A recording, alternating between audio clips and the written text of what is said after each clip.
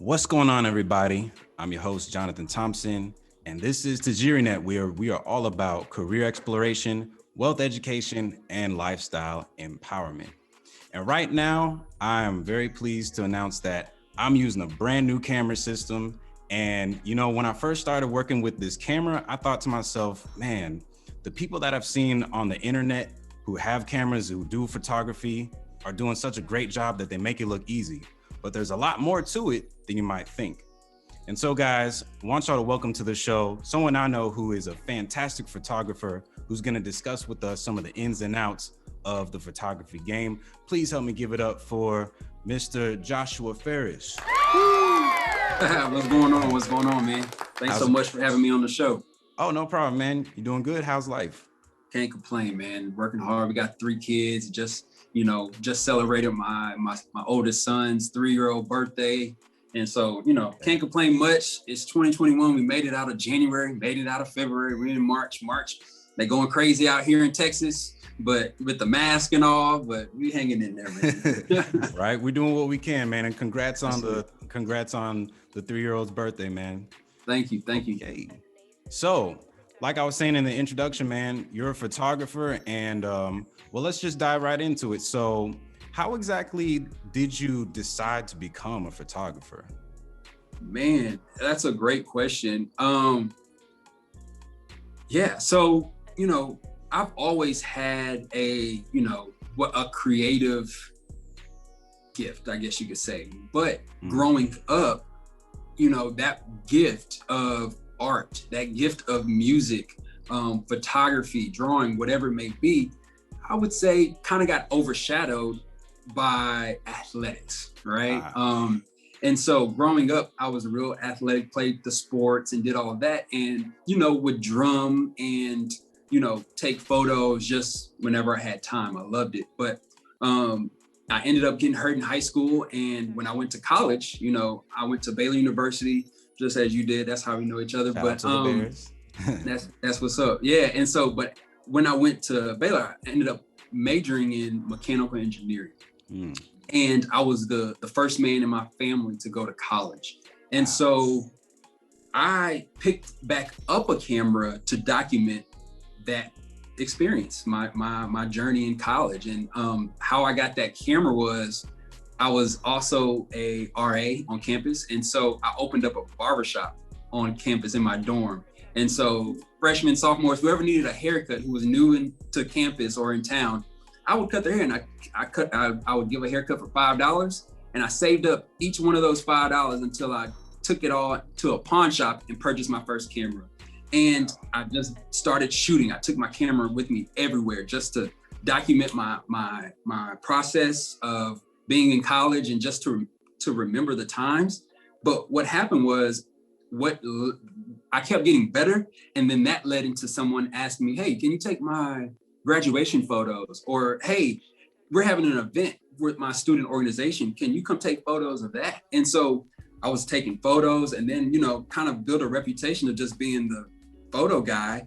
And so much to the point that when one of the senior photographers at Baylor, who worked for the marketing and communications department, she had heard about me, and that position is only by referral. You can't apply to do that. But she came and sought me out personally and asked, "Hey, we would love to have you on the team and to shoot for Baylor University." So my senior year, I am about to graduate, but I'm also now working for the university as a photographer. And I got a lot of good experience there under Robbie, is his name. And he taught me how to not only run a studio and manage, a high volume of images and content to support a marketing department, but I also learned a lot of the technicalities of how to shoot and how to pose and how to shoot a lot of different things, from sports to headshots of staff and faculty, right? To even like buildings and architecture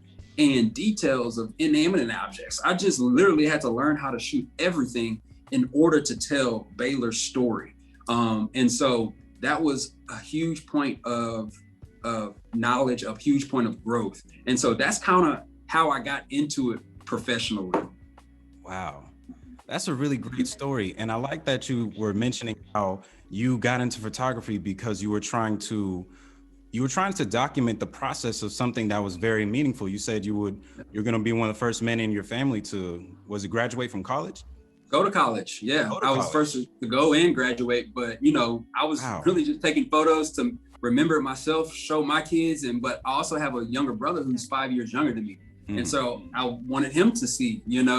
And 5 years later, he ended up going to Baylor and graduating and everything. And so, to me, it was just, this is all new. This is crazy. Let me take photos and remember, my time. So, I mean, right. my photos were literally pictures of anything and everything, the campus, flowers, just whatever I could find. I just wanted to take photos, Right. and that even brought me and my wife together. Our first date, we went to Cameron Park on my moped and took pictures using what I Nice. already had, man.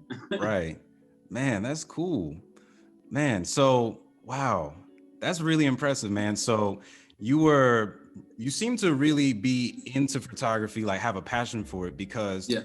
when I've spoken with other people who are into photography, they mention similar things like as soon as they got a camera, they just wanted to take pictures of everything, whether it was I want to take pictures of the door, I want to take pictures of the dog, I Yeah. want to take pictures of my car, of my family and friends. Like they just want to take pictures and just Yeah. engage with the experience behind it. And so was that always something is that something that's unique to you, or did you have like some role models in your life, whether they be celebrities or whether they be family and friends? Were there some people that kind of helped to influence you and into that direction of photography? Yeah, absolutely. I got to give a huge shout out to my mom. Before iPhones and before, you know, content being so easily creatable or accessible, she was the woman in the house with the big camcorder, making sure, she's documenting her kids' first steps or Right. documenting every Christmas. So I feel like I was inspired by her because I always saw her documenting our life. And so that, boils down to one, family, family being so important, and you only get one family, you only get one moment to see the family grow. But also how important it is to document these moments, because at the end of the day, all we have are the memories, all we have are the photos, to be able to relive such great moments, to be able to relive and rethink about, where we came from. So when it comes down to the OG artist, I got to get that to my mom. She was the one who really put the camera, exposed us to the cameras. She still got films that haven't been, rolls of film that haven't been developed. So she was really the one who I saw documenting and capturing moments. Wow. So it runs in the family. Yes. I was thinking about her skills, but documenting it, yes. Right. Okay. Awesome. And so I like how you've been able to, so you've been working in photography for about 10 years, you said, right? Going on. Yep. Going on 10 years. Nice. And so as you've been building your career, would you consider yourself someone who works for a company? Say you're a photographer for a certain business, or have you always been more of the freelance, independent type of person? Yeah. So I started working for someone, like I mentioned in my story. I started working for Baylor University, but upon graduation, I graduated. I no longer had that job. And then I went to work for NASA as a mechanical design engineer. And so what that did was it still worked both part of my brains. It worked my logical side, but I also had to be creative when it came to the design side and to explore different potential solutions, or potential ways to make something work or become more efficient. So I was still exercising that, and then on the side I still kept my business. So I started my business before I graduated, got my LLC and everything, and continued to just try to build both until one day I was going to quit the photography job because I was working as a mechanical engineer. I just got out of school, thought I was making some good money and all of that. But my then girlfriend, Karis, who's now my wife, that's when she helped in. And she's like, don't quit. There's a lot of potential in this. We can do this. And, then we started doing it together. And, we just kept building. I eventually did probably another 3 years as a mechanical engineer. until eventually I quit. After, Karis had quit, she was able to go into the business full time, and then I quit until here we are today. Where, we own a consulting, marketing, and media production company, and where we have 6 employees, full-time employees. So it started, out of the barbershop to get my first camera from a pawn shop to now having this consulting, marketing, and media production company with 6 other employees. Wow, man. You started, I love hearing those stories, bro, when you talk about how you started from what at first you didn't, like when you were back in college, when we were in Baylor, you probably didn't have any of these super high expectations that this would be you in 2020, would it? Not this way. I just had the goal to, one, when I was in college, I wanted to take care of my wife. I wanted to build something that could allow me to be a husband in the sense of being able to provide for a family. So I had to take care of myself first. I learned how to do that in college, through the business, through working with people. So I didn't have any money, I was on student loans, all that, but that was the reason why, I was cutting hair and I got to the camera in the first place, right? And so, so I didn't see it the way it was going to happen, but I knew that if I could, work hard, continue to build up skills and have faith and really pursue, my passions and dreams and goals, then really anything is possible, And so our company verse is John 15:5. We just knew that we had to abide in Christ and then all things are possible, because that verse says, apart from him, nothing is possible. So we just knew that if we could keep the faith and then make sure that we were working as hard as we believed of what could happen, results would come. Now, so you got to put it in a framework. Like I said, I couldn't imagine it this way, how it's happened and how we got here, but we were planning and working on something. We had goals, we have vision. So I won't say it's by total accident at all. I will say it's by, faith, hard work, and by the grace of God. Faith, hard work, and the grace of God. Amen on that, man. That seems to be that's a very powerful equation for getting to a place of greatness. And so I think it's the only way. Right. And that reminded me of the verse that says, seek ye first the kingdom of God and his righteousness, and all these things will then be added unto you. You got one source. Right. That's right. And so we have to continue to pursue him. And so I like that I really like that you mentioned that. You mentioned that you were doing the engineering type of work before you made that transition over to photography. Yes. What was that transition like? Was it kind of scary, or were you super confident the whole time? Like, how did it feel to transition from what you went to college to study to something that you felt you were really passionate and capable in? Yeah. I will say the toughest part was staying in position, knowing what was coming ahead. So not making that jump too early was the hard part. And I say that because even though, you can jump at any moment, right? But what for me, I wanted to make sure it was sustainable.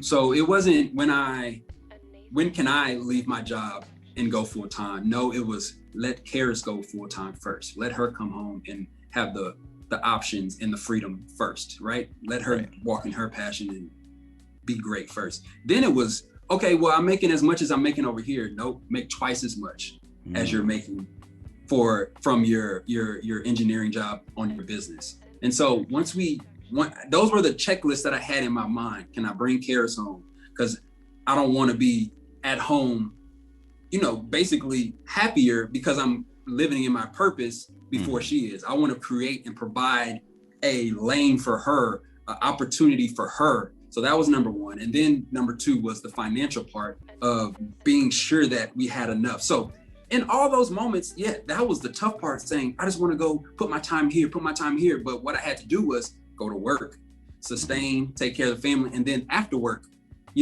really put my time in. That's the test. If you really want to go full time, or if you really think that you have greater opportunities, sometimes it's not just jumping. Sometimes it's staying planted, but still putting in the extra time and the hours that will get you to where you go. That's how you prove if you really want it. And so making the jump, was it tough? It was still tough. I had prayed about it and tried to prepare as much as possible, but jumping off a cliff will always, you know, you'll think twice about it when your toe is hanging over that cliff, you know what I mean? That edge. So making the transition, you know, at first I felt like I got so much more energy. I felt like I got a huge momentum push. So that part I can't say was super tough. Tough part was getting ready, building up for that jump, you know? And then as you jump, the momentum comes, you start to plateau, then it gets, okay, now this is real. Now let's get into it. You know, my warm leads and everything, I've exhausted. Now I got to create, you know, new lead. You know, you got to start focusing on those things, the business things. Yeah. So you're always going to think twice, you know, before jumping off that cliff. You know, you're going to look down, or you're going to think about worst case scenario when your toe is hanging off the edge of that cliff. But, you know, that's fear. And so what I've tried to do was make sure that I am putting in the hours, putting in the work on the front end, right? Making sure that that I am putting myself in an uncomfortable position, or making sure that I'm making the sacrifice on the front end rather than the back end. Because if you can set yourself up on the front end, you will reap a greater reward, or it'll be easier on the back end. Gotcha. And you know, you mentioned so you're a married man, you're a family man, right? And so, and I think it's very commendable how both you and your wife are both pursuing the same purpose. So how do you manage? Now that's a unique position, because for a lot of people, you know, for a lot of married couples, the husband does this over here, the wife does that over there. And then, you know, their home is kind of like the headquarters where they just meet up. But in your situation, it's like y'all are both kind of going towards the same thing somewhat, right? And so how exactly do you manage that work-life balance, you know? How do you manage that? Yeah, man, it's it's something that you continuously work on. I would say first, you know, it starts with understanding you're on the same team. Just like you said, we try to make sure that we are on the same team. That's definitely known.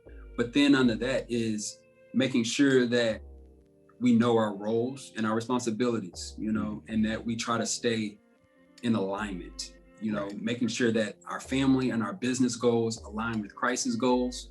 That way, if one of us goes left or starts to sway or move, we have that anchor to come back to, saying, you know, that's not going to move. If we start feeling funny or whatever, then we got to come back together. So on top of that, practically, it's just a lot of communication, you know, weekly meetings to understand, what do we have going on this week? How can I help you this week?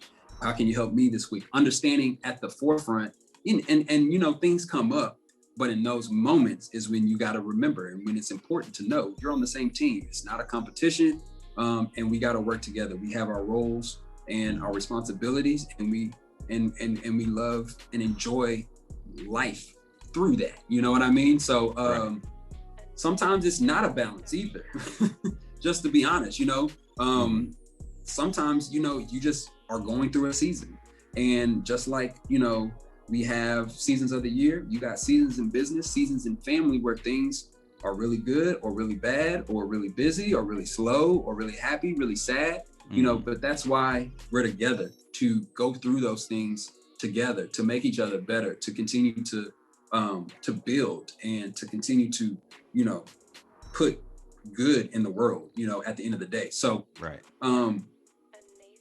it's a day-by-day process, but with communication and understanding that we're on the same team, we're fighting for the same army, we have the same captain, that helps us put our differences aside the majority of the time. Gotcha. Beautiful, man. So essentially just being aligned, staying grounded, staying humble, and also that communication piece is a big deal. Yep. Alignment, communication, roles and responsibility, clear expectations. And nobody's gonna be perfect, but that's when you gotta remember, that's your wife, that's your husband, y'all on the same team. So you're there to support and serve one another. Right. Man, you dropped some really great relationship gems right there, man. So for all you listeners out there, make sure you're taking some notes. So 6 years, married, 3 kids in, man. We learn a little quick. Right. Awesome, man. So speaking of learning, As you know, I'm a high school teacher, but I'm an educator at heart. So it doesn't matter if I'm in high school or if I were to move into a different role, I'm always going to be an educator. And so Absolutely. one thing that I'm passionate about is trying to show people what all is out there so that that can spark an interest in them, so that they can say, hey, you know what? I see that person doing that. I think I could do that too. So let's say, man, if you had a young friend or a young brother, young sister, someone that you knew, someone that was close to you who was, you know, maybe a senior in high school, or they're just thinking about going to college. They're still in that mindset of trying to figure out where exactly they want to go, like what direction they want to take in life. And so photography kind of comes up to them, or photography, they see people taking photos and they think to themselves, you know what? Maybe I can do that, but I'm not sure exactly how to go that way, because maybe I don't have any photographer friends, or maybe I don't have a class at my school where they can, you know, they can get me in media arts or the yearbook committee or something. What words of wisdom would you give to that youngster who's thinking about photography or something along those lines? How can they get interested, and how can they start, you know, how can they start along that pathway? Yeah, I mean, if you're interested in photography, videography, any type of art, I would just say dive in and expose yourself to it.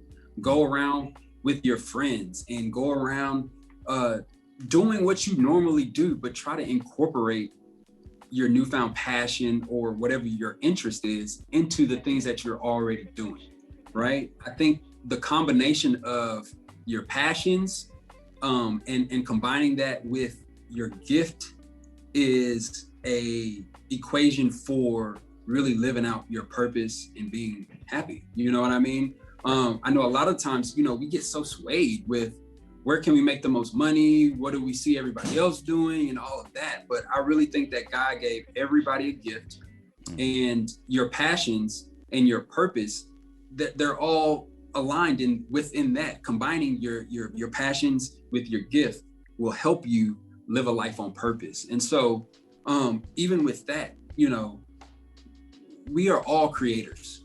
Right. We're all creators. And when we go out to take a photo, when I go out to take a photo, I have in my mind a vision of what I want that photo to turn out, to what I want it to look like, what I want it to, how I want it to make people feel. Well, guess what? We are all creations of a creator, of God. And so in order for us to understand our purpose, what we were created for, we must get to know our creator as well. And so I always say, understand yourself. Self-awareness is huge. What do you like? What are you good at? You know, really dig deep and find the gift that God gave you and understand what you like to do. Those are your passions. And then once you get to understand your creator, you can now combine that to really find your purpose. And once you find your purpose, you'll know it, you'll light up like a match, and you'll be set ablaze and on fire. And there won't be any amount of time that feels like work or feels like a burden when you're in your purpose, you know? And so I really encourage every senior, everybody who is trying to understand or learn if this photography thing is for them, is to take your gift, take your passions, and get to know your creator so you can live on your purpose. Beautiful, man. Beautiful answer. I agree. And you have that, there's that self-awareness piece, you know. A lot of people just struggle with that self-awareness. They're young, you know, or what I see from my experience is a lot of people have doubt and fear. They're fear driven. You know, they're saying, well, I like doing this, but I don't know if I can make a living, or I just don't know if it'll work out. But just having that assurance that, hey, this is a creative thing. I was made by a creator. I have creative DNA, you know?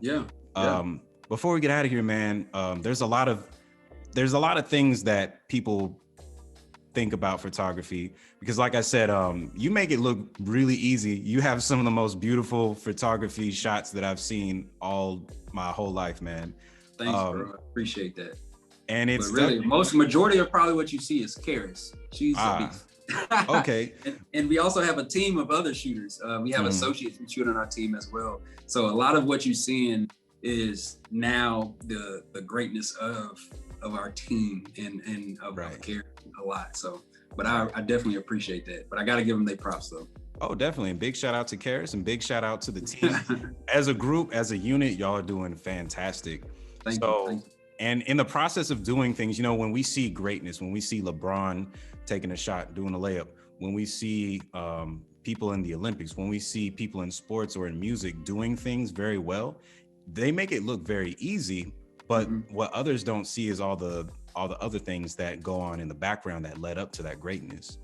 What would you say are some misconceptions that people might have about, you know, the photography business or just being a creative person in general? Like, what are some things that you think people think or believe that actually just aren't true?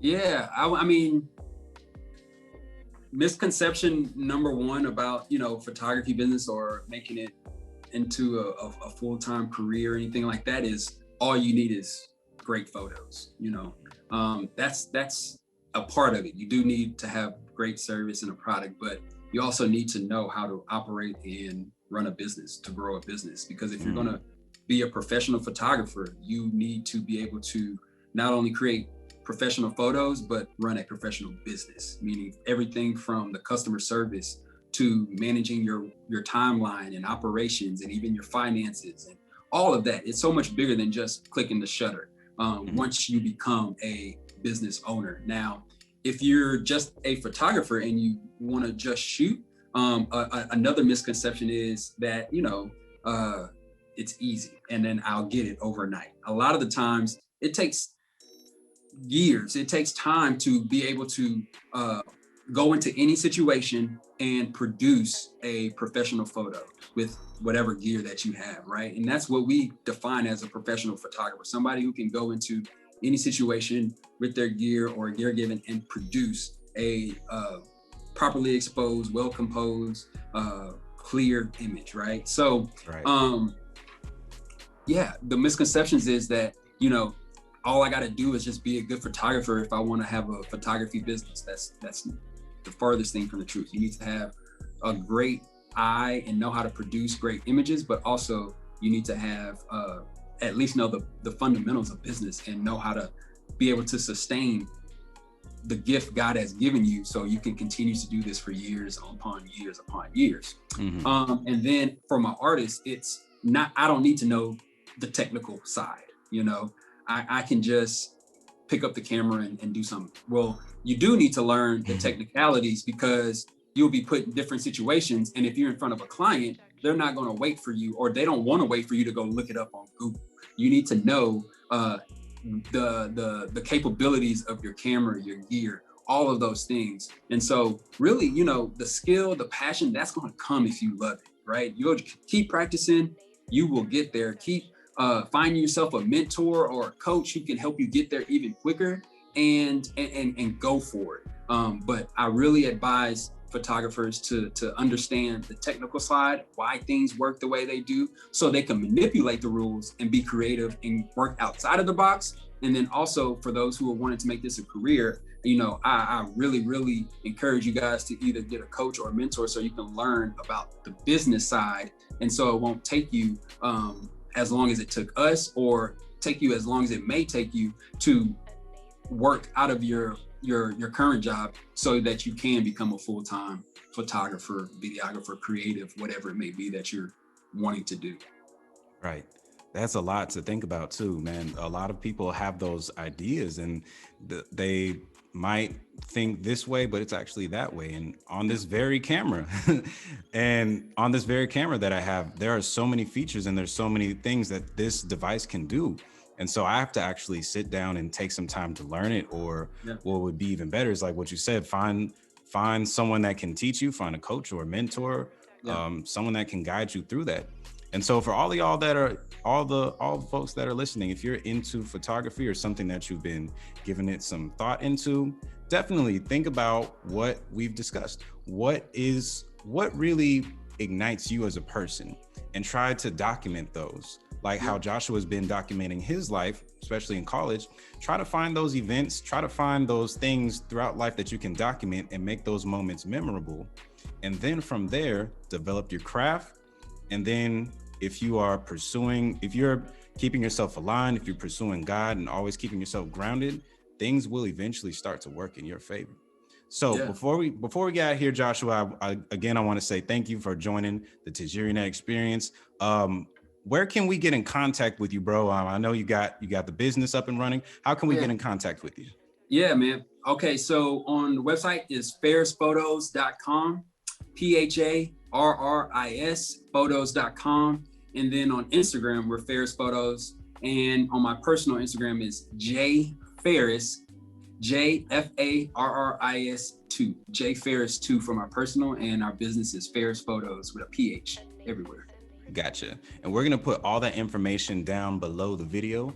All right. So again, big thanks to you, bro. I appreciate everything that you're doing, everything that you're accomplishing, everything you will accomplish in the future. You got my prayer. You got my support. Hey guys, if you've seen any value in this video, then please like the video. Go ahead and type in a comment for me if you have a question, or if you have a question or a comment for Joshua, go ahead and type that in the comment section. And also share this. If you are a photographer yourself, or if you know someone who's into photography or thinking about it, go ahead and share this video with them so that they can get the knowledge. And so with that, folks, this has been another episode of TajiriNet, the Career Couch. Y'all be blessed. We'll see you on the next one. Adios.